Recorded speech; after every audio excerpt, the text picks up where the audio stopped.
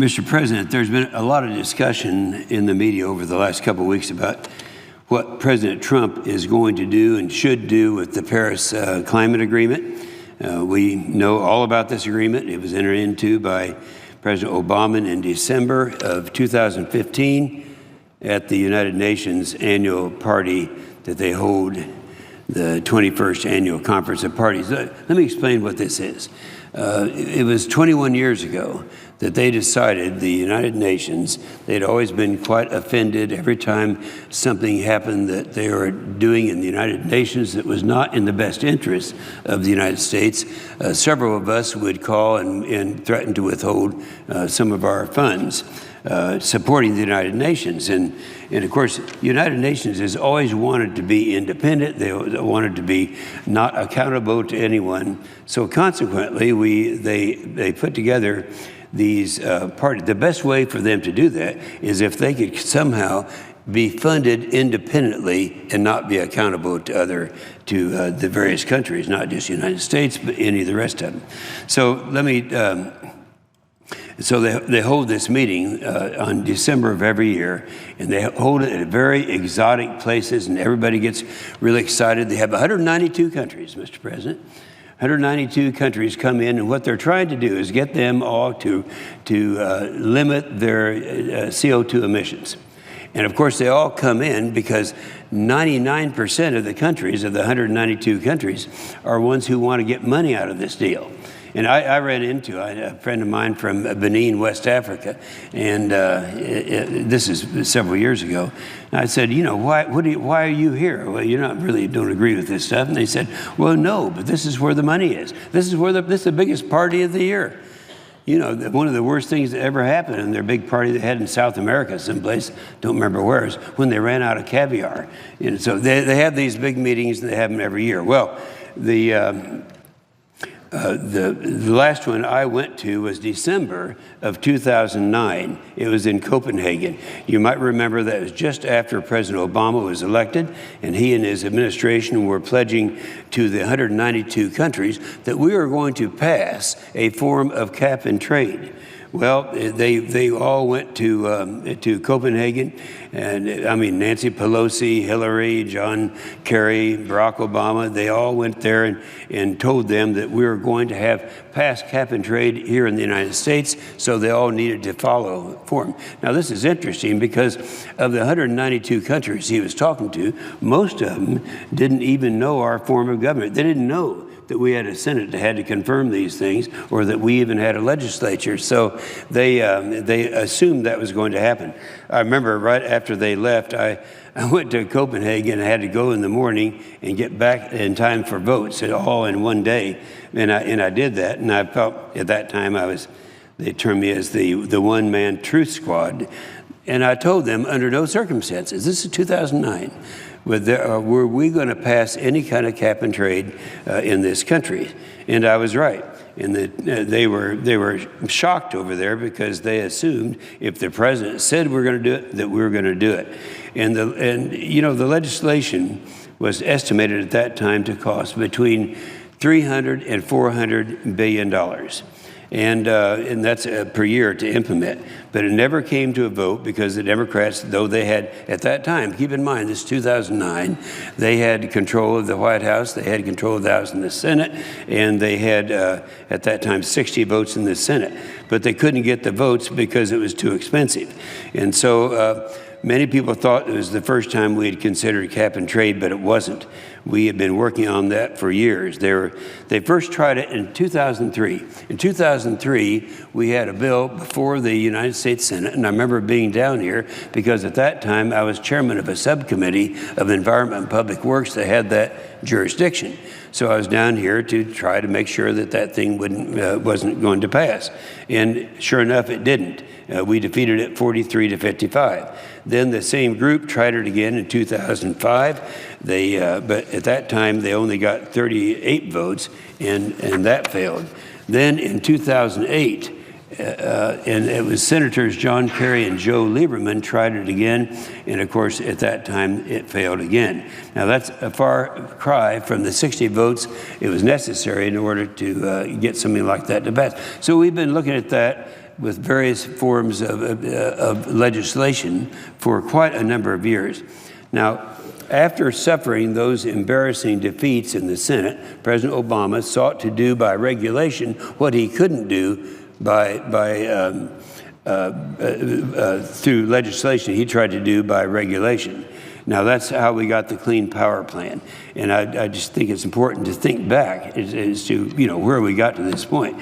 And that has also been an implementation cost of, by their own admission, some $300 billion a year, and made it impossible at that time for us in the United States to build a new coal-fired power plant. It's kind of interesting. Some of the people say, why do you go back so often to Oklahoma? And I said, well, I'd like to talk to real people.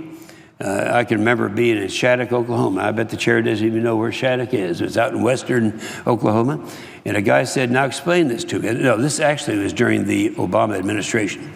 He said, if we in the United States are dependent upon fossil fuels, that's coal, oil, and gas, and nuclear, to produce 89% of the power it takes to run this machine called America, and if the President Obama is successful in doing away with coal, oil, gas, and nuclear, then how do we run this machine called America?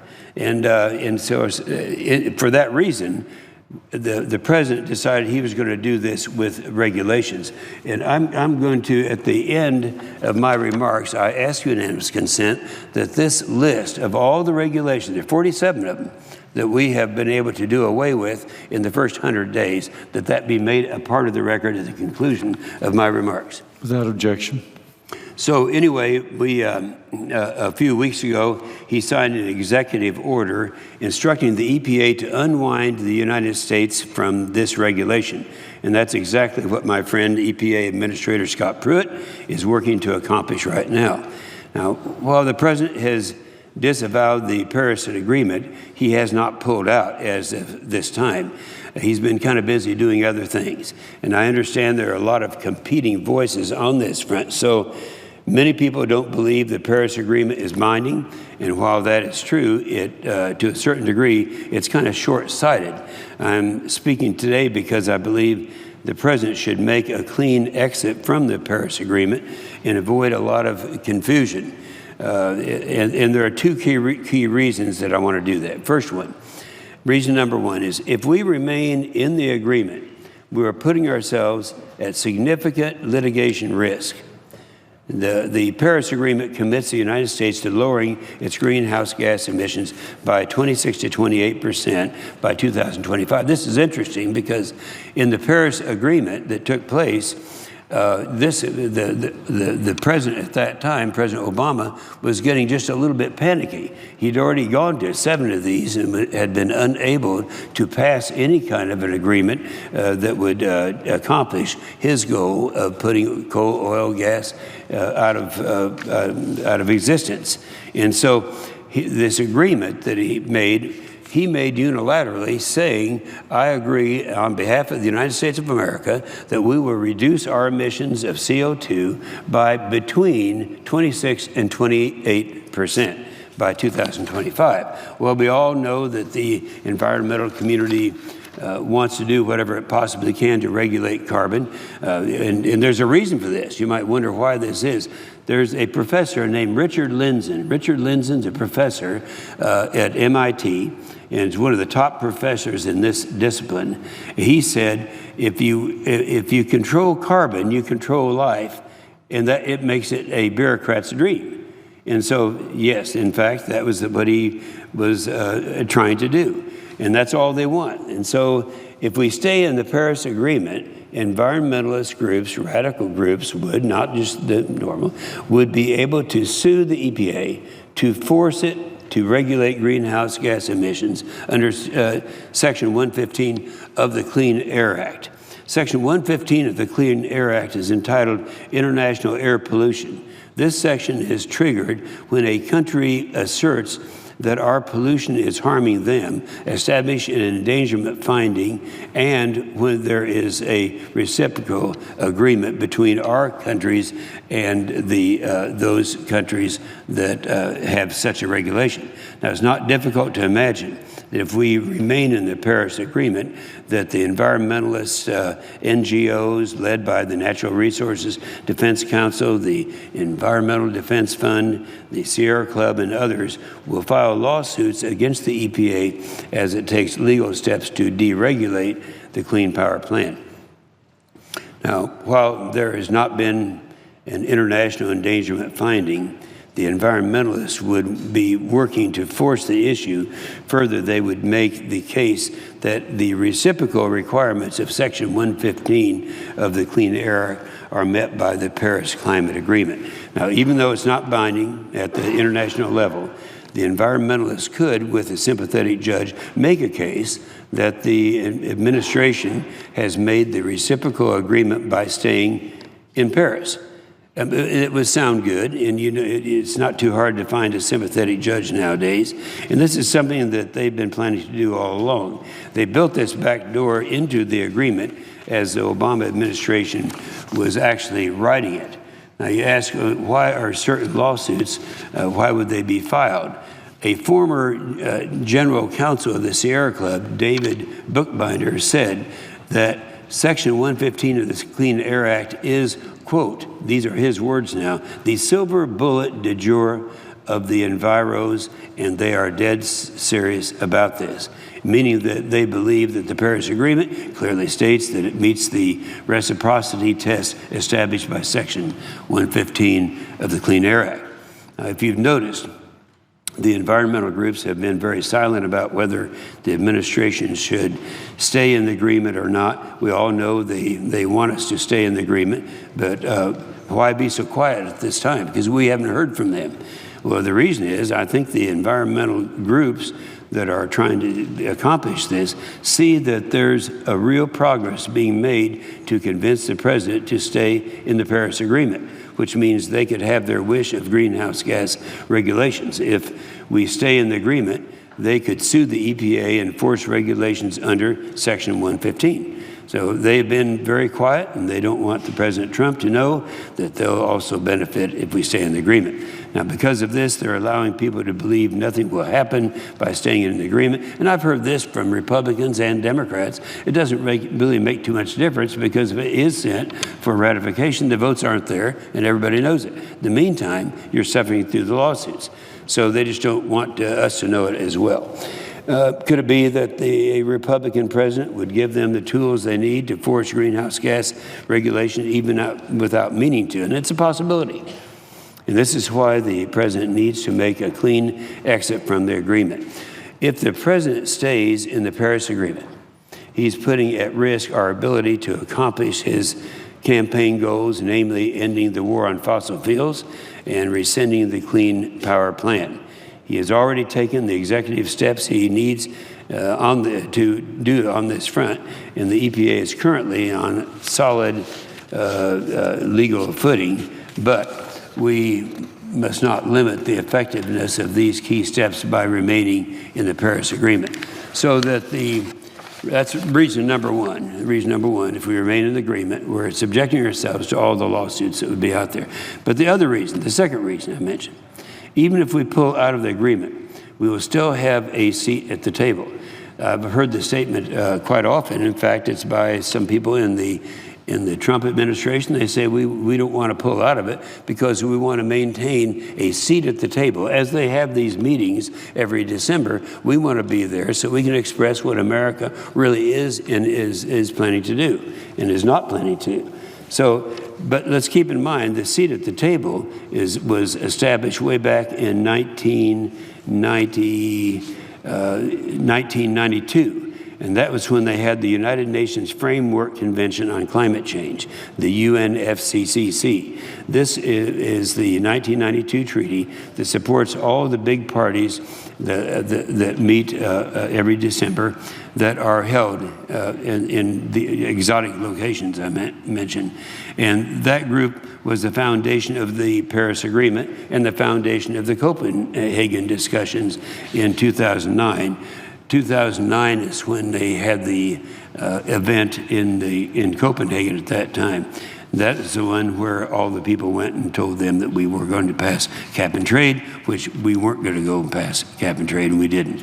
And further, it was the foundation of the Kyoto Protocol of 1997, which was the first agreement that sought to set binding international greenhouse regulations. The Senate demonstrated its intent to defeat that with the Byrd-Hagel resolution. Let's remember what that was.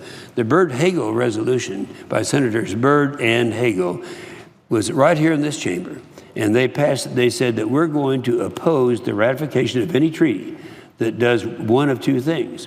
Either is harmful economically to the United States of America, or the countries that are developing countries, such as China, are not a part of it. Well, that was the case.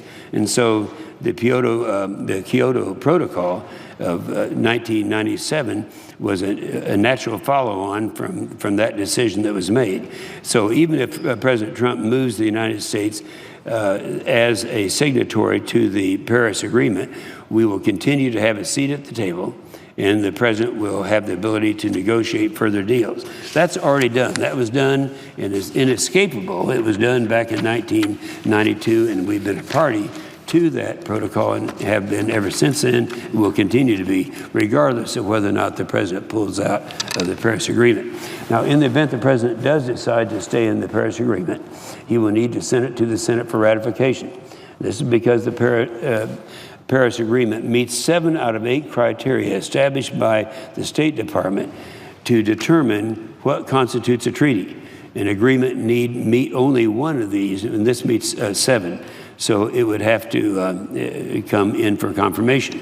Now, if the president does not exit, the Paris Agreement will be considered as a treaty. And it is in the best interest of the nation and the president's agenda to make a clean exit from this agreement. That's why we sent a letter that was sent out this morning by about 25 members of the Senate, encouraging the president to pull out of the agreement. It's the best way to get everything he wants: the complete end of the war on fossil fuels, which has been ongoing since the day that Barack Obama went into power, and without the risk of any further future litigation mandating that the EPA to establish new greenhouse gas regulations. And it keeps a seat at the table for the United States to negotiate, which we all agree that we want. And if for some reason he decides not to withdraw, it'll have to submit it to the Senate as a treaty, which it would be defeated. Let me mention just 2 other things that I think are important, and I want to include in the record at this time. You know, we've been talking about the Paris Agreement. The far left has been trying to get a form of cap and trade ever since Kyoto in 1997. And they've tried to do it through legislation, tried over and over again, as I mentioned, and they couldn't do it, so they tried to do it through regulation. You might wonder, what was it way back in the beginning were the motives for this in the very first place? And I carry this. I think it's very important to realize what people were saying about it. The former minister of the European Union, her name was Margot Wallström. She said, quote, "Kyoto is about the economy, about leveling the playing field for big business worldwide." Then along came Jacques Chirac. He said during a speech at The Hague in November of 2000 that Kyoto, quote, "represents the first component of an authentic global governance." Canadian Prime Minister Stephen Harper once dismissed UN's Kyoto Protocol as a socialist scheme. And then Christiana Figueres, who was actually at Paris at the time that this thing was put together, she said, and this is a quote, "The real goal is to change the economic development model and for redistribution of wealth from some nations, poor nations, to wealthy nations." So those are some of the original that people have just forgotten about. And the last thing I'll mention, because I think it is significant, I remember going to Copenhagen. At that time, the person who was the head of the EPA, an appointment by the president at that time, was Lisa Jackson. Lisa Jackson, actually, we became pretty good friends at that time. She had one problem. She had a hard time saying things that weren't true. So I asked her the question right before we left. I said, I have a feeling once I leave town, once I go to Copenhagen, you're going to come up with an endangerment filing. And this was live on the record, by the way, in a committee that I was chairing. She kind of smiled, so I knew it was true. And I said, now, if you come up with an endangerment finding, it has to be based on science. Now, what science would you rely on? She said, well, on the IPCC. That's the Intergovernmental Panel on Climate Change. And she, and now, as I wouldn't say as luck would have it, but it's kind of coincidental that right after she made that statement, that is when the big scandal that was referred to as ClimateGate came along. And it was they discovered that the scientists that were with IPCC were not getting the results that they wanted, so they rigged the science. And they were caught doing it with emails. So there wasn't any question as to what they were trying to do. So that totally diffused the effectiveness and legitimacy of the IPCC. In fact, the Christopher Booker of the UK Telegraph said this is the worst scientific scandal of our generation. So that science that people keep saying the science is settled, that's where it all came from, was the IPCC. Clive Crook of the Financial Times, he said, this is a quote, he said, the closed-mindedness of these supposed men of science, their willingness to go to any length to defend a preconceived message is surprising even to me. The stink of intellectual corruption is overpowering. Well, I assumed at that time that would end them as providing the science and justification for passing what would have been the largest tax increase in the history of this country. So anyway, back to the issue here. Several of us feel to avoid all of this from happening, the best way to do it is have this president, when he gets back from his trip, do what he campaigned on and pull out of the Paris Agreement. And I anticipate that he will do that. With that, I suggest